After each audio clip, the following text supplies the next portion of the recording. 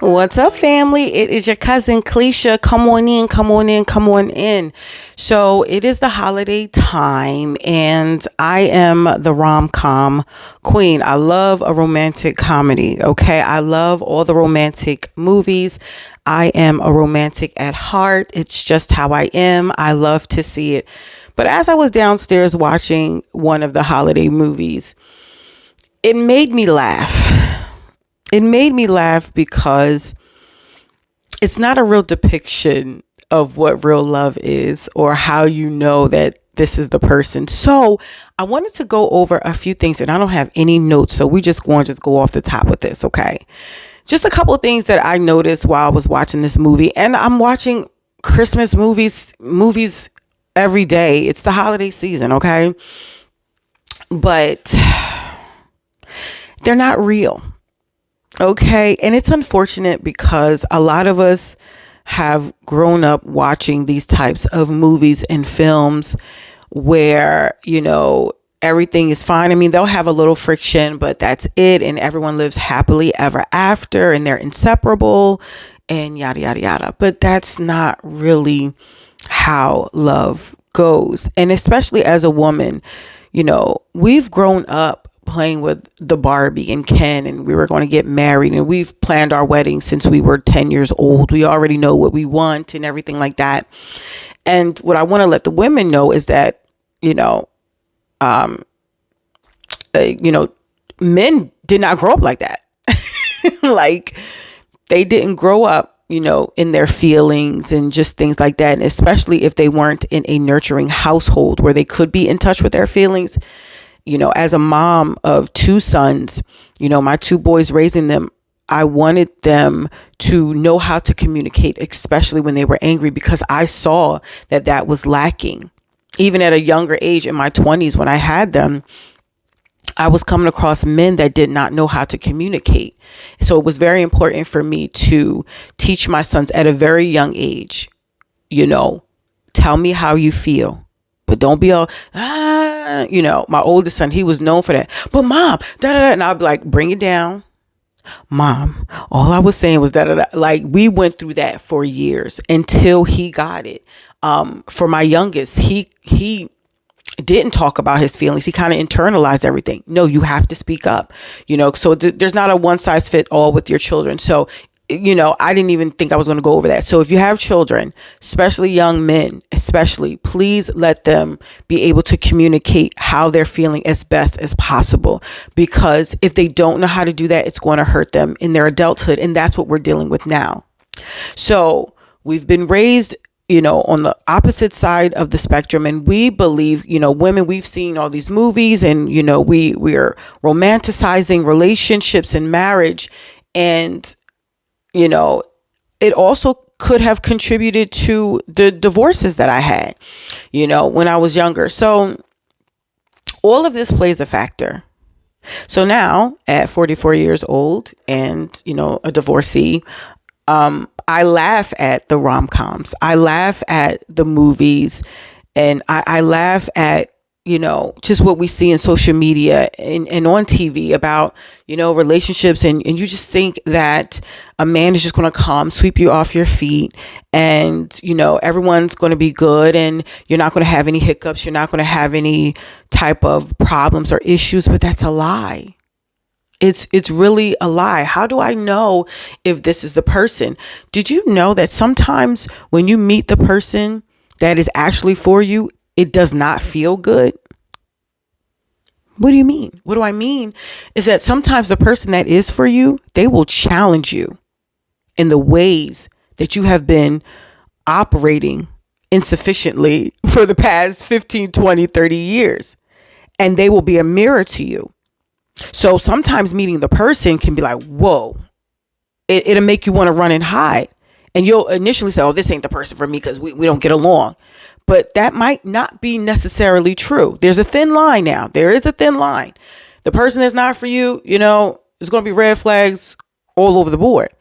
But sometimes red flags are disguised, or green flags are disguised as red flags. And I'm really trying to explain this as best as possible. But sometimes it's not like in the movies when you meet somebody. People have trauma that they have not gone to counseling about. They have internalized, childhood wounds, a lot of things that have happened in our adolescence. And unfortunately, our men, they don't, there's a lot of pride, so they don't feel like they need to talk to a counselor or anything like that, or a therapist or a psychiatrist, and they just think, oh, this is just the way that I am. No, this is not. Do you know that sometimes, for instance, I have, let's just say, a person that I love very dearly. She's amazing, right? And she's in this new relationship. And she's just like, Kelisha, he's great. He's wonderful. I'm like, all right, well, what's the problem? And she's just like, I'm terrified. She's been single for like 10 years or more. And it's terrifying for her. And he's great. And it makes her want to run. And he's consistently have to say, hey, no, I'm not going anywhere. I'm here. We're good. Like, all is well. Like, but she's running. You know what I mean? That's what happens sometimes when you find the one that's for you. It's nerve-wracking. It causes you anxiety. It causes you sleepless nights. You're overthinking. You know what I mean? So it's not like the movies. The person, for me, of course, we will be doing ministry together. They will know how to speak to me. Conflict resolution is very important to me. Very important. And we don't talk about that. We don't talk about conflict resolution. One thing for me is you have to know in any relationship, you're going to fight. You're going to argue. You're going to have disagreements. Women and men are totally different thinkers. We think totally differently. And you need to understand that. You don't have to understand me, but you do have to respect me. Okay? So we think totally different. So it's just like, of course, we're going to have turbulence. You have two worlds coming together. You're going to have turbulence. You know what I mean? But what I can respect is how we fight. I think my ex-husband thought that, well, I know for a fact, because we've talked about it, that, getting married basically was just something that, I got married, crossed off the list. Like, he didn't think he had to do any more work or we had to do anything else to sustain the marriage. It was like marriage, check, check. No, there's work that needs to be done. So when you have two different people coming together with two different mindsets, yes, there are going to be uncomfortable conversations that need to be had. But what I appreciate is anyone that has good conflict resolution skills. You cannot be afraid to fight. Again, you don't have to understand me fully. And I am very well at communicating how I feel at this stage of my life. I know my triggers now. You know what I mean? Conflict resolution. How do I know? How will you know? If the person that you're seeing, you're dating, you're in a marriage with, when you do have issues, you address them and you can move the hell on. I have always been like that. I have never held a grudge. Now, in my younger years, in my early marriage, I was very prideful. I was the silent treatment girl. I was all of that. But that's 10 years ago. Okay. Or more. So, you know what I mean? So it's just like, I'm not doing that. I'm not, all right, you said that, what do you want for dinner? Like, I'm not finna be arguing all night. Like, you have to have someone that can bounce back, that can come back. Another thing that, and I'm learning because, I love psychology. I love how the brain works. I'm into people. I'm into relationships. So I always want to know, I'm always learning on how they work. Right. And really coming to find out that some people need space in relationships. And it doesn't mean that they don't love you. It doesn't mean that they don't care for you. It just means that they need space. In my younger years, Kelisha would have been totally offended. Like, you don't love me, you want to be with me. Like, I need my quality time and da-da-da. But I was wounded back then. I wasn't working on my abandonment issues and my trauma from my childhood. separation anxiety. My parents weren't there, and just different things. It's not somebody else's responsibility to heal you. I'm sorry. It's not. And I've told plenty of people, whoever I'm dating, I'm not going to pay for somebody else's mistakes. I will help you. We can unpack this together. But you're not throwing no suitcase at me. You're not doing it. Okay, we can do this together. So, I'm learning that, you know what I mean? People operate differently, and we got to be okay with that. But that doesn't mean that it's not a good relationship. A real relationship will shine a light on your trauma. And that is very uncomfortable. I'm here to tell you. A relationship will have you thinking, the right one will like, you know what? I shouldn't have did it like that, or I shouldn't have said it like that. Let me apologize. That's a good relationship. And anyone that can come back and apologize to you, who's apologizing? I mean, nobody wants to apologize. Everyone they're so prideful and narcissistic. No one can bend a knee. No one can send an olive branch, nothing. So I appreciate the conflict resolution. It's just a lot. I don't think that we have the right depiction of what love is. Love will challenge you, especially if you're in ministry. If you are in ministry and you are a servant of the Lord, those fruits of the Spirit got to be on deck all the time. Okay, you got to be patient. You got to be kind. You got to be loving. You got to be forgiving, slow to anger. You got all of that stuff all the time. Does this person make you want to be better? And not just that, I'm going to go deeper. Does this person put me in a factory reset before all the trauma, before all the hurt? Does this person want me to get back to how God created me to love initially, with where I have just the experience, not the trauma? Like, you make me want to go back to that factory reset. You make me want to show up better. You make me just want to love better, be a better Christian, a better wife. You know what I mean? If you're a man, a better husband. Yo, that stuff is scary. And I'm not going to lie to you. Women, you don't always understand that that's a lot for a man. We deal with our emotions. We can juggle them. Like, y'all, we have a million emotions in one day. Men don't. And sometimes, and I've had to learn this through, my marriages and through relationships, that sometimes the feelings that we give men, whether good or bad, are very overwhelming, and they need space. And it's hard to sit and wait and hold space when you don't know the status. You really don't know how they feel. But when you're a secure person, you're like, whether you're here, whether you're not, I'm good. And I love you, but I'm not going to chase you. I'm not going to be blowing up your phone. I had somebody tell me, like, you act like I don't even exist. And that wasn't the truth. It's not the truth.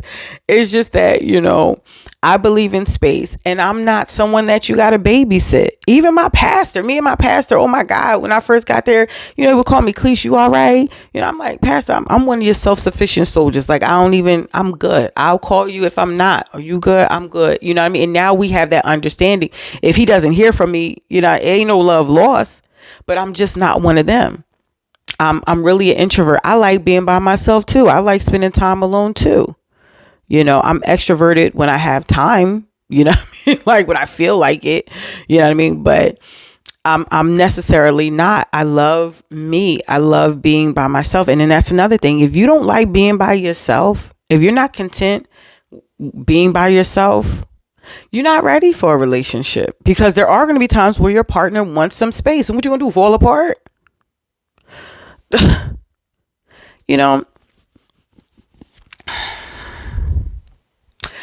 In the Garden of Eden, when God created Adam, God cut Adam. Let me not go that way, y'all. Okay. Y'all know I love the Lord Jesus, but he's giving me this right now. God is the one who cut Adam and produced Eve. From that cut, from the cut, cutting his flesh, God produced Eve. After he cut Adam, God is the one who sewed Adam back up. So Eve didn't have to come and tend to Adam's wounds. I hope y'all hearing me. It is not nobody else's job but God to heal your broken places. Your open wound. This is what this channel is called, closing open wounds. This is what we're talking about. The only thing your partner will do is show you your wounds. Now we can do this together, but God, he's the, you know what I mean, the doctor. He's the surgeon, not me. I don't know. I don't know how. I don't know what. I didn't do this to you. So I'm not going to pay for. I'm not going to continue to pay for someone else's mistake. I got to get ready to get out of here. I'm on my way to a women's conference. And these are just some of the things that I'm going to talk to these women about. This is my second one this year. And, well, I know actually my third one this year. But yeah, we're out here trying to love, and, we have to take responsibility. We have to, and all I'm just trying to tell you, you know what I mean? Long story short, is that you're really going to have to be reprogrammed on what love is. It's scary. Marriage is scary. It's not white picket fence and rainbows and kids and puppies running around in the green grass. Will there be moments that feel like that? Absolutely. But that house going to have to get built. That grass going to have to get watered. Okay. Like that white picket fence had to be painted. There's some work that needs to be done. And you can't be scared of the work. We are built to be in relationship. We are built to be relational. Friendship, marriages, whatever. All kind of ships. Okay. So you can't really isolate from that, because God's like, nah, it's not good for man to be alone. I have somebody I have somebody here for you. And sometimes that person can trigger you. And then sometimes you realize that you are not ready. You're not ready, and it's okay. But you must do the work. You must do the work. So how will I know? These are just some of the things how I would know. How I would know, yeah, my nervous system will be calm. I would want to be around you. I could be able to talk to you freely. I can be myself. All that good stuff that we already know. I'll trust you. I could trust you. If I can't trust you, we're not together. No. How will I know? You're astute in your word. I already told somebody else, like, come on, I want to be with you. You don't know the word of God. You ain't even a man of God. No. No. For me, this is just for me. You got to be a man of God. You got to know your word. I know my word. I've been in church all my life. I love the word so much. You guys know I got my associates in biblical studies. I'm not perfect, but I love the Lord. I love the word. Okay. There's just certain things that I'm looking for, but how will you know? How will you know? Put it in the comments. How do you know? How would you know if someone is there for you? Of course, you got to communicate. You got to be able to communicate. We got to talk about the hard stuff. We got to be open and honest. And sometimes that's scary for people. Men do not like to freaking talk. I'm sorry. Men, I love y'all, but y'all do not like to talk, and it's understandable. You grew up that way. Shut up. Stop that crying. Toughen up. You a man. Don't cry. Listen, we not mad at y'all, but it's still up to y'all to be like, okay, I was raised this way, but it doesn't make it right. And I want to be right. I think that's another reason why a lot of you have daughters. Yeah. Because you got to be able to talk. You got to be able to communicate and be emotionally intelligent when you're dealing with a daughter. You can't be all rough with her and stuff like that. You can't. If you want your daughter to love you and respect you and not be out here wilding out, you know what I'm saying? Like, as a man, I would not want a daughter. Because, ooh, yeah. So it's a lot. But let me know, how do you know? What are the signs that you know that somebody is for you? Let's help each other out. This is a community. I want everybody's participation. I don't have all the answers. I'm just bringing y'all what comes across, my way, my desk, my path, every day. We have these intriguing conversations that I can't wait to talk to you guys about. But I'm going to go. I got to get on the road. I love you. Don't forget to like, share, and subscribe. If you've watched me at least 3 times, you better be subscribed. We cousins. Hit the subscribe button. It encourages me so much. Helps me to keep going. It's the gas in my tank. I love you. I'll see you in the next video. Bye.